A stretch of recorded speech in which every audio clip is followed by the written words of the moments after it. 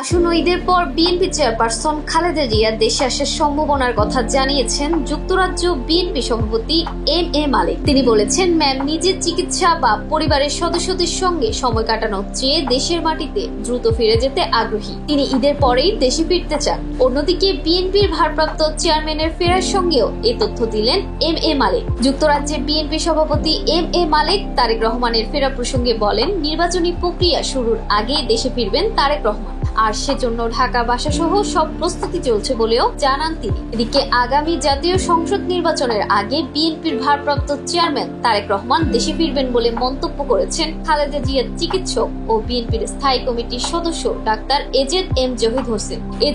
জাহিদ হোসেন। তারেক রহমানের দেশে ফেরার বিষয়ে সাংবাদিকদের তিনি বলেন, এটি এখন সময়ের ব্যাপার মাত্র। এদিকে তারেক রহমান দেশে ফেরার পর কোথায় থাকবেন সে নিয়ে তথ্য পাওয়া গেছে। লন্ডনে তারেক রহমানের ঘনিষ্ঠ একাধিক বিশ্বস্ত সূত্র জানিয়েছে যে ইতোমধ্যে ঢাকার বাড়িধারার একটি বাড়ি তার জন্য প্রস্তুত করা হচ্ছে।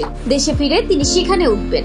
জানা গেছে, তারেক রহমানের স্ত্রী ডক্টর জুবাইদ রহমান ও তার বোন শাহিনা জামান বিন্দুর উত্তরাধিকার সূত্রে বাড়িধারায় একটি বাড়ি রয়েছে, যেটি দীর্ঘদিন অব্যবহৃত অবস্থায় পড়েছিল। তারেক রহমান সস্ত্রীক ঢাকায় ফিরে এ বাড়িতেই উঠতে চান। সেই লক্ষ্যে বাড়িটিতে বড় ধরনের সংস্কার কাজ চলমান। উল্লেখ্য, গত 20 মার্চ হাইকোর্ট থেকে সব মামলায় খালাস পেয়েছেন তারেক রহমান। বিএনপির আইনজীবীরা বলেছেন, এখন তিনি দেশে ফিরে সরাসরি রাজনীতিতে অংশ নিতে পারবেন। তাহসিন জান্নাত, এফটিভি নিউজ, বাংলাদেশ।